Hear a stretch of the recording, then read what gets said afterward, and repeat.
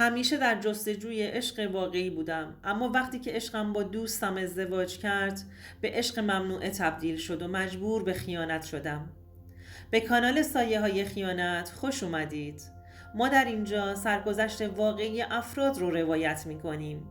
افرادی که مدتها نتونستند اونها رو به زبون بیارند و این کانال به اونها امکان رو میده که تجربیات تلخ زندگی خودشون رو با شما در میون بذارند و ممنون از شما که با شنیدن سرگذشتشون ما رو همراهی میکنید. حسام هستم. تو زندگیم با دخترای زیادی آشنا شدم. پسر شیطونی بودم و یه جا بند نمی شدم. یه دل داشتم و هزار سودا. توی شرکت لوازم بهداشتی فعالیت می کردم. تو کارم با خیلی ها در ارتباط بودم. شغلم رو خیلی دوست داشتم و دستمزد خوبی هم می گرفتم. ارتباط اجتماعیم بالا بود و خوش اخلاق بودم. با همه بگو بخند داشتم و گهگاهی هم با دخترایی که از مشتریای شرکت بودن شوخی می کردم. اونا هم خوششون می اومد. خیلی هاشون دلشون میخواست کنار من باشن و باهاشون رفیق شم. منم جوون بودم و اهل خوشگذرونی. از هر کسی که خوشم میومد طرح دوستی میریختم و باهاشون وقت میگذروندم. نمیتونستم یکی رو از بینشون انتخاب کنم، چون هیچ کدومشون اون حسی رو که من میخواستم به هم نمیدادند. همین باعث خلأ تو زندگیم شده بود. سنم هم طوری بود که باید کسی رو برای همسری خودم انتخاب میکردم. اما من یکی رو میخواستم که با یه نگاه مجذوبش بشم. کسی که بدون دست زدن بهش بتونم ساعتها فقط بهش خیره نگاه کنم. اما خب کسی رو به این شکل پیدا نمی کردم. تا اینکه یه روز وقتی که توی شرکت بودم دختری برای استخدام ویزیتوری وارد شرکت شد و اونقدر به چشم من زیبا بود که محو تماشا شدم. چشای درشت و زیباش، موهای خرمایی و گیراش، اندام زیبایی که داشت منو جذب خودش کرده بود. وقتی که داشت با منشی شرکت حرف میزد من روی یه صندلی کناری نشسته بودم و فقط بهش خیره نگاه میکردم. اونقدر زیبا بود که خدا انگار نقاشیش کرده بود. وقتی که قرار شد یه مدت آزمایشی بیاد خیلی خوشحال شدم و تو پوست خودم نمی گنجیدم. فردای اون روز خوشتیبتر و سرحالتر از همیشه به سر کارم رفتم. اون روز زودتر از همه رسیده بودم شرکت. پریسا نیم ساعت بعد از من رسید. اسمش پریسا بود. اولین روز کاریش رو به بهترین شکل ممکن گذرونده بود. با خودم گفتم تا کی میخوای از دور واستی و نگاش کنی؟ زیر لب زمزمه میکردم که چه جوری برم جلو و از کجا شروع کنم. منی که با هیچ دختری این مشکل رو نداشتم و خیلی راحت ارتباط میگرفتم، سر پریسا زبونم قفل شده بود. اما خودم رو مجاب کردم که برم و باهاش حرف بزنم. وقتی که روی مبل نشسته بود رفتم جلو و باهاش احوال پرسی کردم و خودم رو معرفی کردم. پریسا با خوشرویی جواب سلام و احوال پرسی منو داد. یه نفس راحت کشیدم و بهش ورودش رو به شرکت خوش آمد گفتم. دیگه خیلی زود باهاش ارتباط گرفتم. به دلایل مختلف سعی می کردم که باهاش چشم تو چشم بشم و باهاش حرف می زدم. اول سعی کردم به خاطر اینکه معذب نشه در مورد کار صحبت کنم. کم کم دلمو بهش باختم و عاشقش شدم. پریسا برعکس دخترای دیگه که میشناختم برای خودش خط قرمزی داشت و این هم منو بیشتر جذبش میکرد. از اون دخترای کمیاب بود، از اونایی که همه پسرها از خداشون هست که یکی مثل پریسا رو وارد زندگی مشترکشون کنند. وقتی باهاش حرف می زدم به آرامش روحی می رسیدم. انگار 2 بال واسه پرواز داشتم.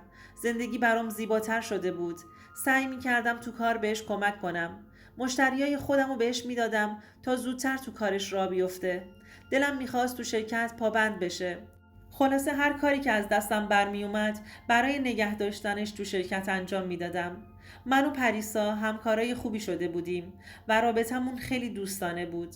من با اینکه عاشقش شده بودم ولی اصلا به زبون نمی آوردم.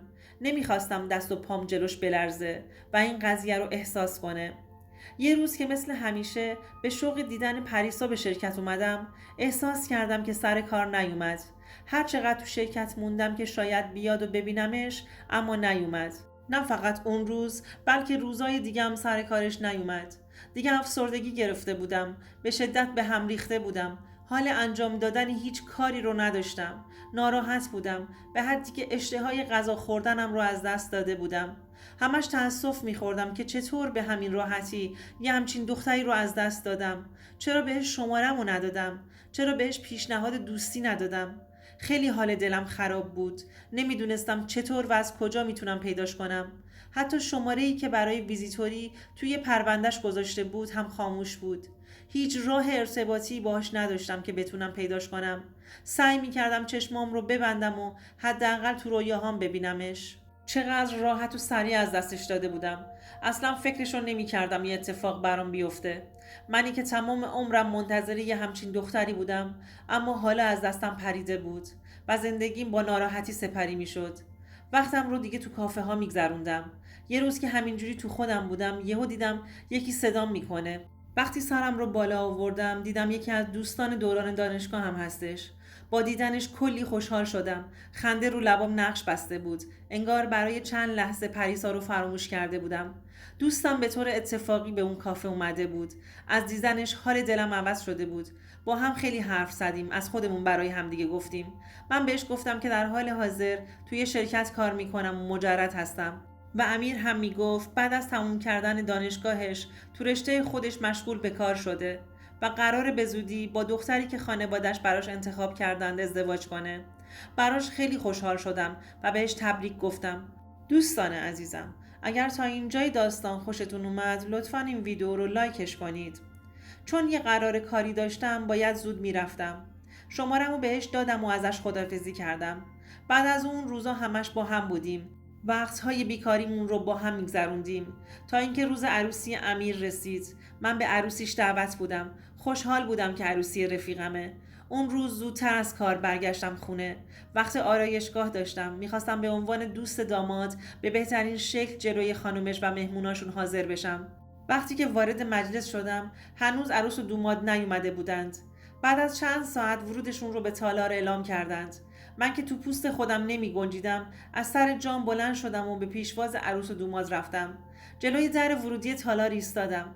وقتی که امیر از ماشین پیاده شد و عروس رو هم پیاده کرد با دیدن عروس خشکم زد.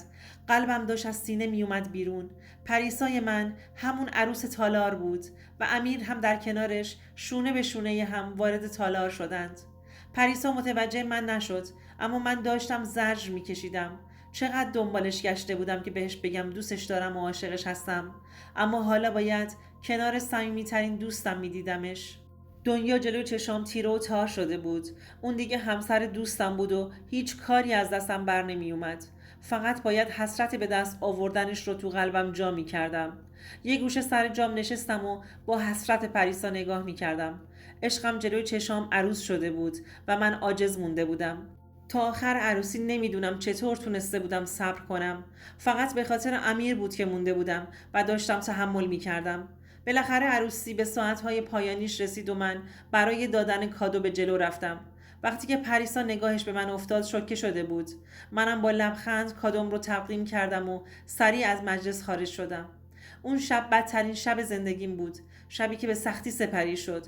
تا خود صبح خواب به چشام نیومد. همش فکر و خیال میکردم. تصمیم گرفتم رابطم رو با امیر ادامه بدم و بهشون نزدیکتر بشم. طوری که گاهی هم برای دیدنشون به منزلشون میرفتم. امیر بیشتر اوقات با من بود و گاهی اوقات شام و نهار دعوتم میکرد. وقتی که میرفتم خونشون از دور زیر چشمی به پریسا نگاه میکردم و آه میکشیدم. احساس میکردم که اونم یواشکی منو زیر نظر داره. یه روز بعد از ظهر امیر اومد پیشم و بهم گفت که نمیتونه دیگه با پریسا تو زندگی کنار بیاد. از این حرفش ناراحت شدم و ازش پرسیدم شما که فقط چند ماه ازدواج کردید چرا این حرفو میزنی؟ گفت در کنار پریسا خوشحال نیستم. یعنی اون زنی نیست که میخواستم. من میخواستم زنم پر از هیجان باشه، پوست تنش برنزه نباشه و روشن باشه. ولی پریسا پوست روشنی نداره و اصلا پرشور نیست. من نمیتونم باهاش ادامه بدم. کم کم تو حرفاش گفت که 2 هفته‌ای هست که با کسی آشنا شده و اون چیزیه که میخواسته و در کنارش احساس فوق‌العاده‌ای داره. از این حرفش خشکم زد. چطور با اینکه تازه متأهل شده بود یکی رو وارد زندگیش کرده بود؟ هر چقدر نصیحتش کردم اما گوشش بدهکار نبود و فقط میگفت دیگه نمیتونم. دلم برای پریسا سوخته بود. دختر به این زیبایی چه سرنوشتی داشت. سعی میکردم بیشتر کنار پریسا باشم و به درد و دلاش گوش کنم، اما وقتی که به خونه‌شون میرفتم میدیدم اون پریسا دیگه پریسای سابق نیست و شکسته شده. با هم زیاد جر و بحث میکردند. به امیر میگفتم زنت گناه داره، بچسب به زندگی تو، اونو خراب نکن. اما امیر عاشق دختره شده بود و میگفت باهاش آرومم، کاش زودتر میدیدمش و باهاش ازدواج میکردم. طاقت یه لحظه دور بودن ازش رو ندارم. منم وقتی که دیدم امیر به پریسا اهمیت نمیده، دوباره آتیش عشقم روشن شد و سعی کردم کنار پریسا بمونم تا اون بیشتر از این قصه نخوره. وقتی که امیر سر کار بود به پریسا زنگ میزدم و اونم با من درد و دل میکرد. تو همون روزا بود که امیر اومد پیشم و گفت که میخواد برای چند روز با تور بره تایلند و دوست دخترش رو هم با خودش ببره. اولش ناراحت شدم، ولی از طرفی هم تو دلم خوشحال بودم که نیست و من میتونم کنار پریسا باشم. صبح روزی که امیر پرواز داشت منم بعد از کارم یک راست رفتم خونه پریسا. تا منو دید شروع کرد به گریه کردن. منم که طاقت گریه هاش رو نداشتم بهش گفتم که میخوام کنارش باشم. با این حرفم پرید تو بغلم و منو به آغوش کشید. منم که از خدام بود تا این برخوردش رو دیدم نخواستم فرصت رو از دست بدم. دلم میخواست برای همیشه مال خودم باشه. دیگه نفهمیدم چی شد که صبح از رو تخت پریسا بلند شدم. شب زیبایی رو کنار عشقم سپری کرده بودم. پریسا هم آروم شده بود. بهش عشقم رو اعتراف کرده بودم. توضیح دادم که کلی بعد از رفتنش دنبالش گشتم و دیگه نمیخوام از دستش بدم. اونم که از زندگیش راضی نبود به پیشنهاد من جواب مثبت داد و یه مدت رو تو رابطه پنهانی بودیم. اما من دیگه طاقت دوری پریسا رو نداشتم. یه روز که امیر اومده بود پیشم بهش گفتم تو که کنار دوست دخترت خوشحالی، پریسا رو هم که نمیخوای، چرا طفلی رو آزاد نمیکنی و جدا نمیشی تا با دوست دخترت زندگیت رو ادامه بدی؟ بهش گفتم که برو به دوست دخترت بگو که زن داری و قرار ازش جدا بشی. امیر هم حرفم رو گوش کرد. آخه دختر خبر نداشت که امیر متأهله. به خاطر همین وقتی که متأهل بودنش رو خبردار شد ارتباطش رو با امیر قطع کرد و گفت تا از زنت جدا نشی نمیتونی با من باشی. امیرم که مثل دیوونه ها عاشق دختره شده بود سریع با پریسا صحبت کرد و پریسا هم که دل خوشی از زندگی مشترکشون نداشت با جداییشون موافقت کرد و از هم جدا شدند. ما ارتباطمون رو همونطور به شکل مخفیانه ادامه دادیم تا جریان جدا شدنشون از سر زبونها بیفته. بعد از اون هم پریسا رو عقد کردم و زندگی شیرین خودم رو کنار عشقم شروع کردم. زندگیی که حسرتش به دلم مونده بود. اما پریسا نمیدونست که من امیر رو به جداییشون تشویق کرده بودم و دوستم نداشتم هیچ وقت متوجه بشه. من به عشقم که مدتها بود آرزوش رو داشتم رسیده بودم و دیگه هیچی برام مهم نبود. دوستان عزیزم، اگر شما هم به این نوع سبک از محتواها علاقه‌مند هستید این ویدیو برای تو هستش. لطفاً برای دیدن ویدیوهای بیشتر ما رو سابسکرایب کنید و ممنون که تا انتهای این ویدیو با ما همراه بودید.